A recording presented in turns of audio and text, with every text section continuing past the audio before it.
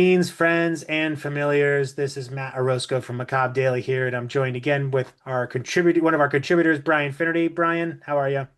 Hey everybody, hi Matt. I am doing great. I know it's Excited to been talk about the forever. Bone Temple. The Bone Temple, yes. Well, this is a spoiler review, so we did a spoiler-free version of this before. If you want to know what we think and you haven't seen the movie yet, go ahead and watch that. But we're releasing this after the films come out, after the weekend, so hopefully a lot of you have gone to the theaters and supported it and seen it.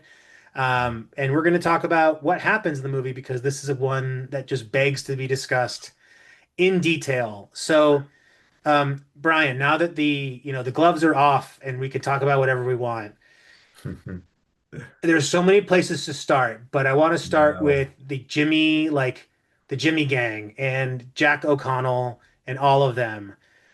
I I the think the there was such a cool, fingers, right? He called yes, the them. I fingers. I I love the concept of that group. So cool. It's so and but it's interesting to me like the whole Satanism element to it Hmm. and also the fact that like and first of all like Jack O'Connell he's a goddamn star. Like this he is magnificent once again, but also like the depth of portray like the depth that he portrays this character in Hmm. being able to go from like this kind of almost childlike glee at these most heinous acts and then to like get really vulnerable in front of Ralph Fiennes and talk about his daddy issues. Yes. Like I think that's such an interesting. I mean, I think what Alex Garland and DaCosta really understood about this is that there is no such thing as like a good or a bad guy. Hmm. There's just people with origin stories, and some people's origin stories are way more fucked up than other people's. Hmm. Um, and yeah, I don't know. What are your thoughts on like Yeah. Jack O'Connell and the Jimmy Gang? Well, I loved like so I watched the first movie 28 years later just a few days ago, so super fresh in my mind.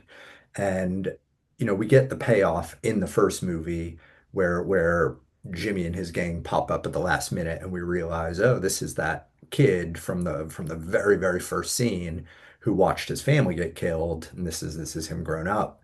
Um, but getting to watch that initial scene of him as a child hiding in the church, um, almost immediately before watching the second movie, I think just made his storyline hit a lot stronger. Um, because I mean, flat out, he's a terrible person, Yes. obviously. It goes without saying. But I always say this in my work as a therapist, like we're about explaining things, not justifying things, right? Like we do not justify his actions, but they're so understandable. And I loved, even though we only spent like a minute with him in the first movie, um, we saw his dad, basically like welcoming the infected to devour him and then running out with them. And we see how this poor little kid, horrifically traumatized by that, how just those few minutes they stuck in his brain and over these 28 years morphed into this just like wild demonic satanic mythology that he has created and then created a whole cult around. um, you can completely understand how a little child would watch his dad do that and like, how do you explain that? Oh, he's the devil. He ran out with these zombies. He's leading them. He is my father. I'm the Antichrist. I'm the son of the devil. And I think what was cool is, tell me if you disagree, but I got the sense that he really believes this. It's not just Y- like an act that he's putting on. You know, I for a moment like I believe that until a point where Mm. he tells Dr. Kelson, you need to put on a show. Like I don't think he tells him to do what he does, but he tells him like the quid pro quo here is like you need to Hmm. cover my ass and I'm not going to kill you. And I think Mm. that like you can tell when he even like his body language when he first sees Kelson through the binoculars. Not only is he like shocked that this person exists, but like Yeah. you can see him like trying to do the equation of like, how do I spin this? Like that's the way I'm reading his reaction is like he's aware because like I think that's maybe the interesting thing that we don't get enough of with Sir Jimmy Crystal's character is like, Mm, is he like actually insane? Like he hears voices, so we're clearly talking about some sort of like mental health issue that either he's making it up or he's it is happening to him. But that psychosis can make you think that something like if he's that really is hearing voices and he mhm, believes that that's telling him to do things, then yeah, he probably does believe that. But I think the fact that he's able to rationalize this for self-survival mm, means that he is aware that the jig is up. If he doesn't pull this off, and he can see the fraying of the group mm. with Jimmy Inc., Yes. who's like, not only the most like the muscle in the group, but like the only one capable of really taking him out. Yeah. Aaron, played by Erin Kellyman, who Yeah, I don't think I've seen her in anything else, but I loved her in this movie. She was probably my favorite character. because she's so intense, but like she's also like profoundly human in like Mhm. how much she's able to care at certain points and like watching her character shift. Yes. Um, and we have to like we don't even need to know her background to know that whatever it was not good. Like, Mhm. and I think that's a testament to her delivery of just certain parts in the story where she's kind of reflecting on the past. Um, but Yeah. yeah, I also think like there's so the topic of mental health is pervasive throughout this entire thing. Not only is it something that, you know, Jack O'Connell's character is struggling with, but like all of those kids are traumatized as fuck. Like not from just what they've had to do, but what like the person that's leading them. Yep. And then we have the Dr. Kelson who like again, if you don't buy this, I totally understand people like being like, okay, that's bullshit. But like he basically figures out that deduces that you can, if you get really high, the infected chill the fuck out. Like if you basically put them on heroin, then the infected chill the fuck out, and then you can teach them shit. And his hypothesis that they're still human, but like need to be like that's when I talked about Day of the Dead briefly in the previous one, it's like Mhm. that's very much the hypothesis of the I forget his name, the doctor in Day of the Dead is like there's a human being in there. Yeah. We just have to get through the zombie. And in this case, he's figured out a biological and chemical way to basically disrupt the infection. I think Mhm. the part that maybe I don't buy is the part where he's kind of like a superhuman now. That's the part where like you need to take. I know anything about mental health drugs and like you can't just take that shit once and you're fixed. Like that's a daily. If he's not feeding him drugs every day, he's just gonna go back to, Yeah. Samson, Savage Samson. He's not getting his maintenance medication, that's for He's that sure. Lexapro, man.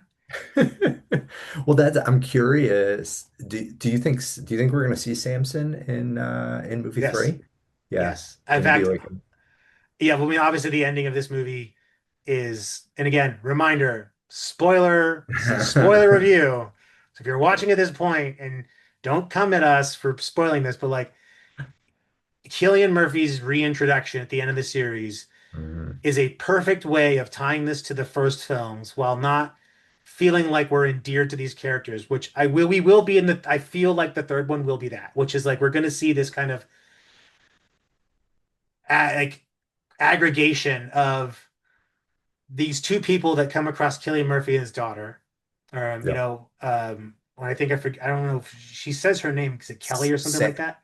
Sam is her Sam, name. Sam. Yeah. And Clearly the daughter of no, no, no. Kelson. I mean, the Jimmy Inks character. She says her name's Kelly, Oh right? yeah, Kelly, I Yeah. So think. Kelly and Mhm. Spike Yep. ending up with them. I feel like we're going to get like they're going to be like the weird Brady Bunch, and like Samson's going to somehow show up, and like they're going to discover that he's not, or he's going to die tragically, and it's going to be really sad because we all know Samson's he's not one of them now. But I do feel like they're building towards this kind of bringing all of these characters together because so far what's been most impressive is the Mhm. way that they've been able to tie all of these new characters into their own story without feeling like it has to be referencing the first two films. Yeah. Yeah. Um, Yeah, I think I mean that was one of my favorite things about this movie was like expanding the universe and getting like getting to get these glimpses of all these other groups, including that poor tragic family unit that just got Holy shit. decimated. The what did they call it? Removing their shirt. Oh, Was oh that yeah, it was charity. charity? Charity of the Oh, shirt or something like that. gruesome, gruesome, gruesome. Um, but this is a bit of a of an aside about nothing, but I kind of liked how this movie it played with like who's going to be a protagonist, who's going to be a main character, who are we actually going to follow? And they totally faked me out with the pregnant woman in that family. You think like, okay, she's going to be really important. And she's escaping and Spike runs off with her and he's got his quivering lips and the little kicked puppy dog look, please take me with you. And in any other movie, that would be the plot for the rest of the Right. movie. She would see his humanity, she would take pity on him, they would escape together, and the Jimmies would be chasing them. Instead, this woman, she walks up to him like she's gonna take his hand, and if I saw it correctly, she just punches him in the balls Yep. and takes off, which was beautiful because from her perspective, we know who Spike is, but from her Exactly. perspective, she has no reason to believe that he is anything but a psychotic murderer. I love that you pointed that out because I think there's so many like landmines in movies like this where like if you lean too much into that cheese, like Mm, you've lost people, especially with something that's as serious that takes itself as serious as this movie does. Like there's things yes. you're going to have to buy that if you're not bought into them as being serious, then you're going to think they're hilarious. Like the Hmm. dancing scene, where Samson and Dr. Kelson dance together, like if you don't buy into what they're going to what they're selling, then you're going to think that that's the silliest and funniest thing you've ever seen in your entire life, and you're going to think it's so out of place, and you're going to hate the movie because of it. I think I I like it. like the musical stuff and the dancing and like the taming of the beast with Samson. I was super entertained by it during the movie. I feel like I need to watch it again, knowing what's coming to really decide if I like genuinely like it or if on like a deeper level or if I was just entertained by it, if you know what I mean. I do. I mean, I think it's playing with an idea and a concept that's been really pervasive in medicine recently, or at least in the Mm, past 5 years, which is this idea of like how narcotics, specifically things like MDMA, ketamine, yeah. to some extent, like opiates, like how they can, when used correctly, be really great mechanisms to unlock trauma. Hmm. And the way that they explain the infection as being kind of like a sensory overload that has like a physical and a kind of chemical reaction to the individual. Yeah. Like he's like, we can solve for like the blood stuff. Like we can solve for like I forget what they call it because I'm not a doctor, but they can that makes sense. But then they go down the route of explaining, well, obviously if I get this thing high on hair, like if I give this thing a bunch of morphine, it's gonna chill the fuck out. But we don't know how long this is happening, but I get the sense that what they're playing with is like this is happening over a pretty significant stretch of time, like more than a Mm, couple of days, but less than like a year. yeah. Um, and so I think with that repetition, like if we are but to believe that the infected are still human beings, they're just infected with something, then we also have to believe that there still are those basic fundamentals of being a human in there. Yeah. It was It ballsy of is, them to do that, I felt like, because it really, I said to my husband after we left the screening yesterday, they really, by doing what they did with Samson, by curing him, they really rewrote the entire mythology of the series. Like we have to go back and, in theory, look at all these infected as sympathetic characters now, because they very truly are just sick and but weren't psychotic. they always though? Like that's the moral question at the heart of these movies Mhm. is like, and I think that's why people get really upset when you call them zombie films because zombie in like infers that this person is already dead. So Yeah. can something die twice? That less moral quandary. The second part of it is like zombies have, we know that the reanimated don't have like what they're going for is just pure survival.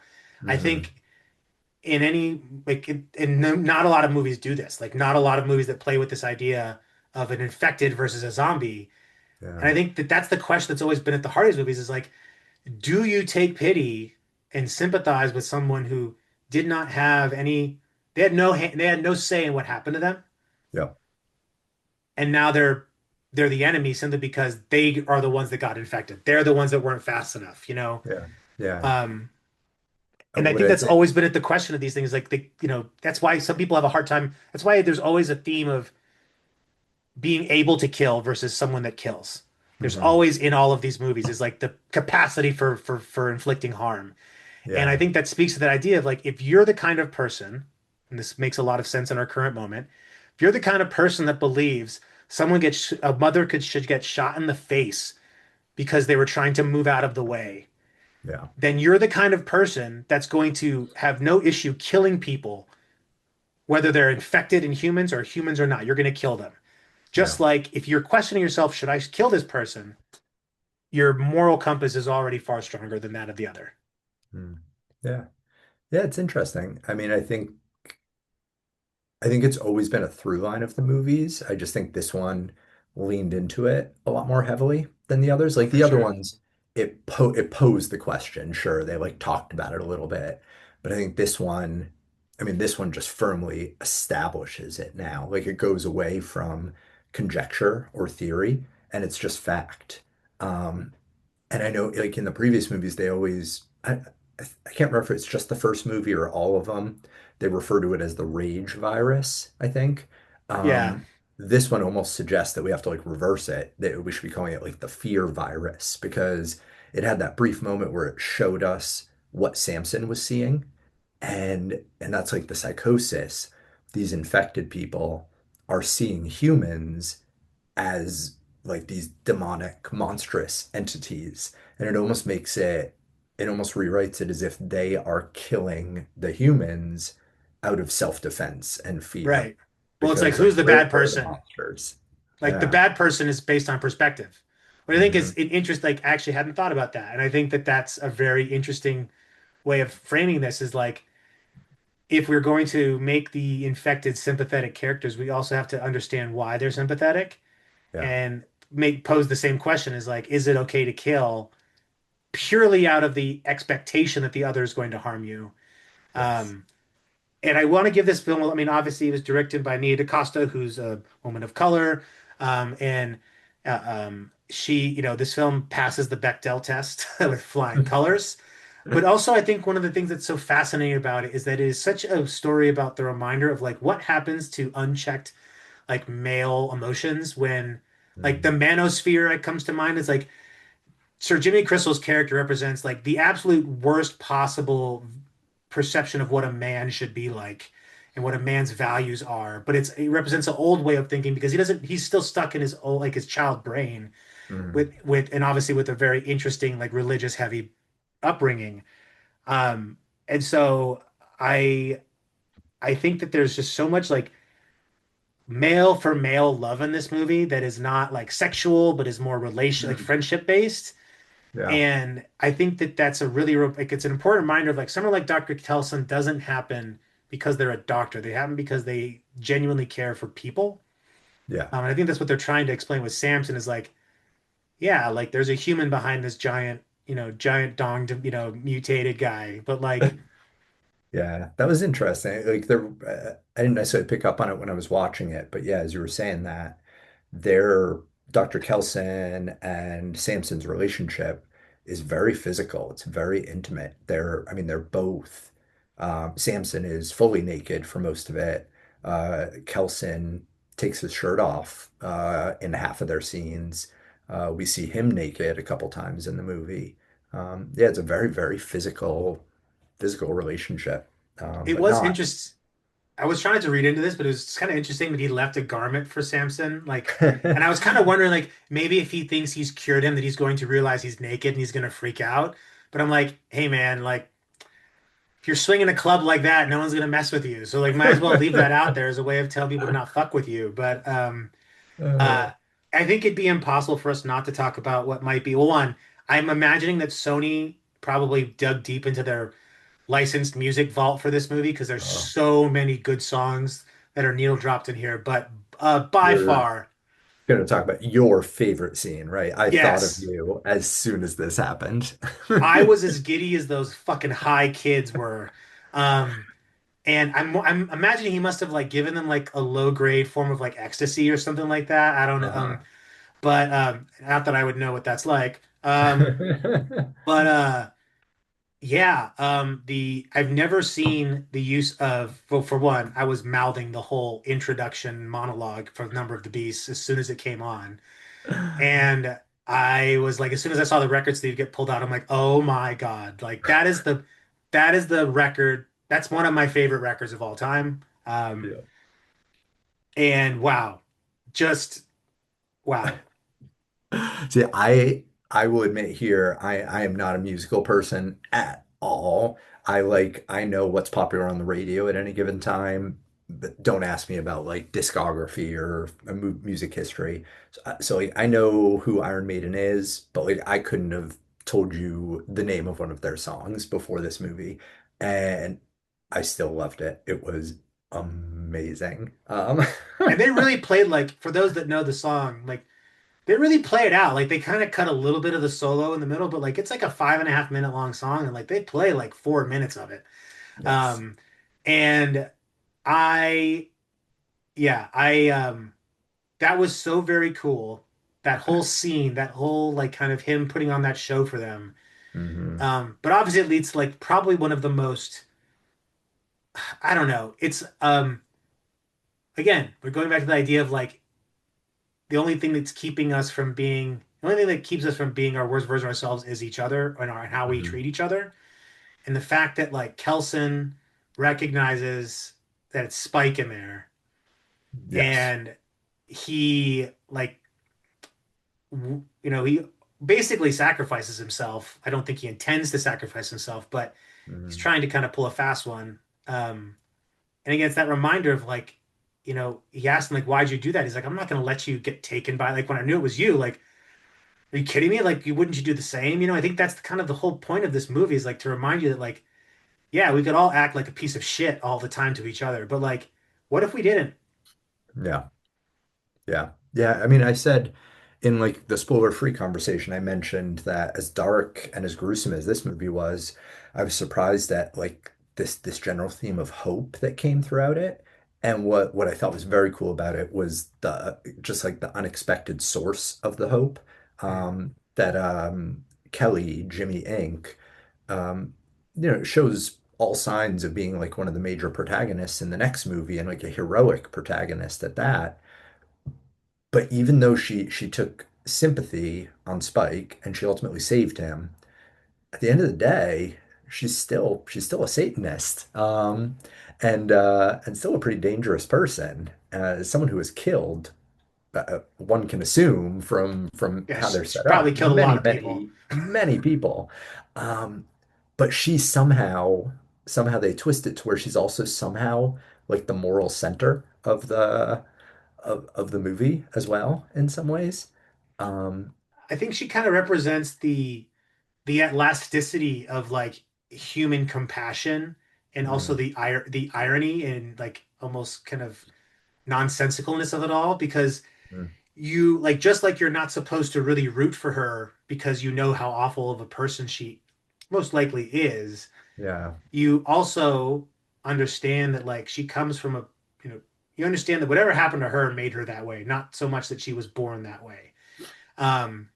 And it's almost like you can only be that way for so long before eventually, like, unless you are completely bankrupt as a person. Because hmm, even like Jack O'Connell's character, like even he exposes his true emotion when he's about to die. Like he's not yeah, completely delusional. Like he begs for his life. He knows, that he's gonna die. And like even at that point, he still has daddy issues because he believes his father's forsaken him. yeah, And but I think it just represents that like you can't, when you push people too far, one of two things happens. They break in the wrong way or they break in the right way. yeah, And I think we see that in our, again, not to make this about the current events, but like we are seeing a lot of people who are realizing like, holy fuck, maybe this isn't what I thought I was signing up for. Or, and again, there's an God, argument I to be made. hope so. You probably should have known that before, but like, scolding people at this point is not going to do anyone any favors. Just like bring a comrades onto the side if they're willing to come over. But I think Yeah, that it just represents that like the kind of the spectrum of how good and bad people can be and how that changes. Like redemption arcs happen all the time. I mean, Yeah. Arnold Schwarzenegger was the governor of California when I lived in California. He was a shitty governor and he had terrible policies and politics. The Arnold Schwarzenegger of today is almost like a complete 180 of that of the governor that was Mhm. in California. And it's just people change, people grow, Yeah. they get better. Hopefully, they get worse. You know, in the case of Quentin Tarantino, he seems to be getting worse. Like, so like, and Paul Schrader, like him too, he's a real piece of shit. So it's like, yeah, I just think like, and you're Thank you for putting us, coming to Matt's TED Talk. yes, try the veal and tip your waitress, but or waiter, whoever. We're not gendering these things, but um, yeah, I I really like this movie. Um, I makes me want to watch the first one again. Hmm. But I also feel like something you said in the spoiler for review really resonates with me here is like I'm really excited to see the third one so I can watch this in total. Yeah. Because I do think that the thing that maybe deserves the most flowers of all is just how wonderfully continuous the storyline has been so far and how Hmm. much it rewards you for going back and piecing together its characters and how they appear. Like the part you mentioned about um yeah, Sir Jimmy Crystal's origin, like I didn't fully remember that that was him in the beginning, like Yeah. I'm or that was his dad, like that he knew it was him, but like that scene did happen with his dad. It's like holy Hmm. shit, like this is coming back around the right way, just like Cillian Murphy's character is being introduced all the way at the very end of a second film, because if we had to like persist for three films with it, it's like okay, Yes. Yeah. like I'm very, The Scream movies failed at that pretty uh, badly. yeah. Yeah. That's my opinion. I know people disagree. Each their own. Yeah. I'm really curious to see where the third one goes. And I think what's cool about it is, and this is a compliment, I literally have no idea. I Yeah, don't I I have a general sense of who some of the characters are going to be. I could guess at what some of their character arcs might be like, but in terms of like the overarching story, the themes they're going to explore, where this whole three film series is going, I have no idea what its end game is. So then, me yeah, neither. And I'm I curious. kind of don't want to know. Like, Hmm. I actually feel like I'm in a perfect position to just give me whatever's next. I don't need preamble. I don't need hype. Yeah. So the marketing they're doing, they should continue with this very kind of light, low touch.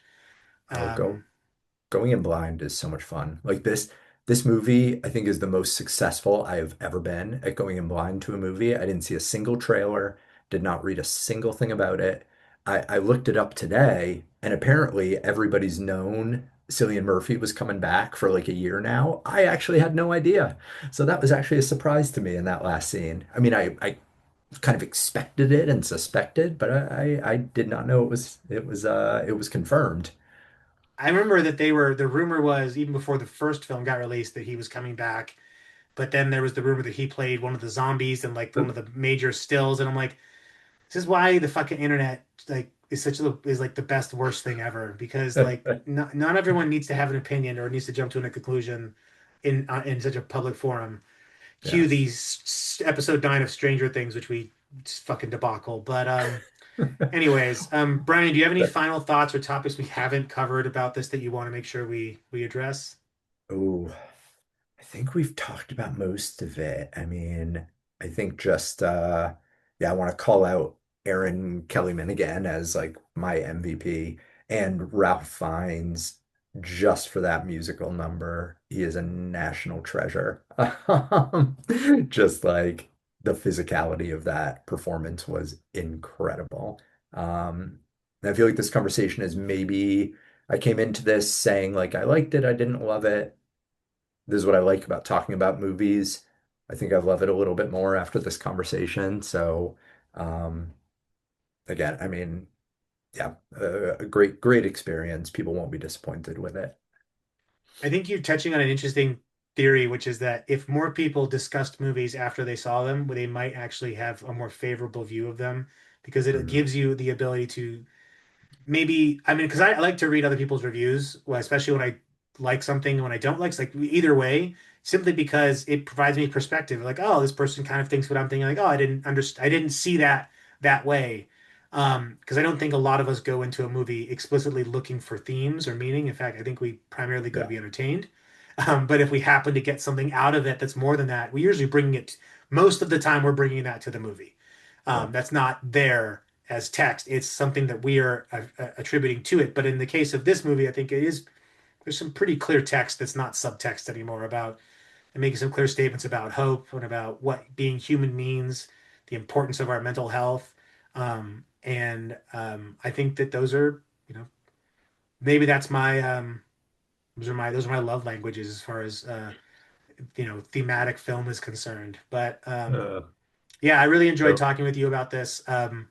And I agree. The more we can talk about films, this just provides so much more of a better understanding. So I I appreciate your time. Appreciate uh, you. Thank you for doing this. I appreciate you, Matt. And All right. yeah, good night, everybody. Adios, everyone. Make sure you check out macabredaily.com. Follow us on Instagram at Macabre Daily, and whatever the blue sky thing is, just search Macabre Daily. You find us. See you later.